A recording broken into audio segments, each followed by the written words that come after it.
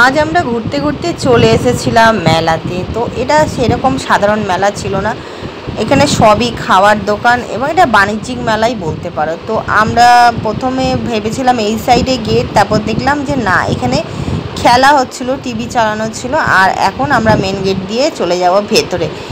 তো গাইজ বুঝতেই পারছো এখানে যা লেখা আছে, আর আমরা হাসাহাসি করছিলাম, জানো তো কী কারণে? তো চলো তোমাদেরকে দেখাচ্ছি কী কারণে আমরা হাসাহাসি করছিলাম। আর গাইজ জানো তো, গাড়িতে করে আসলে হেলমেট পরলে না চুলটা একদমই নষ্ট হয়ে যায়, তাই আমরা একটু চুলটা ঠিক করে নিচ্ছিলাম। তো হ্যাঁ, যেই কথাটা বলছিলাম যে কী কারণে হাসাহাসি করছিলাম, তো দেখো হাসার কারণটা, এই যে ভদ্রলোককে দেখছো, ইনি হচ্ছে জোকারের পোশাক পরে তিনি মানুষকে ঢোকার সময় ডাকছে এবং বলছে সেলফি নাও, সেলফি নেওয়ার পর তাদের থেকে টাকা নিচ্ছে। আর এই দেখো কারিগরি হাট, তো এখানে সমস্ত জিনিসই ছিল, যেমন হ্যান্ডমেড কুর্তি থেকে শুরু করে শাড়ি থেকে শুরু করে যেগুলো কাজ টাজ করা থাকে সবই বিক্রি হচ্ছিল। কিন্তু সত্যি কথা বলতে কি জানো তো, এখান থেকে প্রচুরই দাম বলে। আমি বাইরে জিনিস কিনেছি আর এখানের জিনিসের বার্গেনিং করে দেখেছি, অনেকটাই হাই রেঞ্জ থাকে।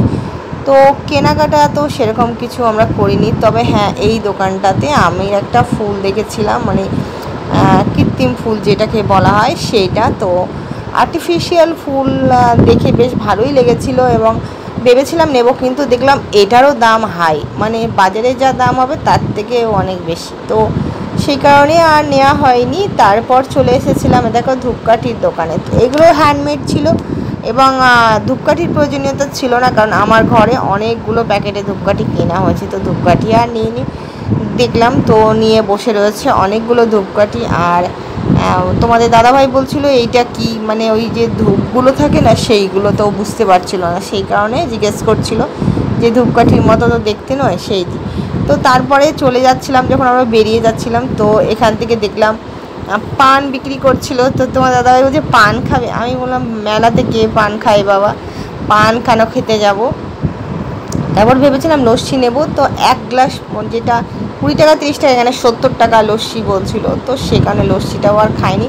পরে বাড়ি ফেরার সময় আমরা মোমো নিয়ে চলে গেছিলাম, বাড়িতে গিয়ে খেয়েছি। তো কেমন লাগলো আমার এই ছোট্ট ব্লগটা অবশ্যই তোমরা কমেন্টস করো, আর ভালো লাগলে একটু লাইক করো, শেয়ার করো, আর চ্যানেলটাকে সাবস্ক্রাইব করে পাশে থেকো। আর হ্যাঁ গাইস, এখান থেকে জিলেপিও নিয়েছিলাম, এটা বলতে ভুলে গেছি। তো চলো আজকের মতো ব্লগটা এখানেই শেষ করে দিলাম। আর সোনাইকে জিজ্ঞেস করেছিলাম সোনাই কিছু খেলনা টেলনা কিছু নেবে কিনা, বাট ও ইন্টারেস্টেড না, কারণ ওর নেওয়ার মতো খেলনা সেরকম কিছুই ছিল না।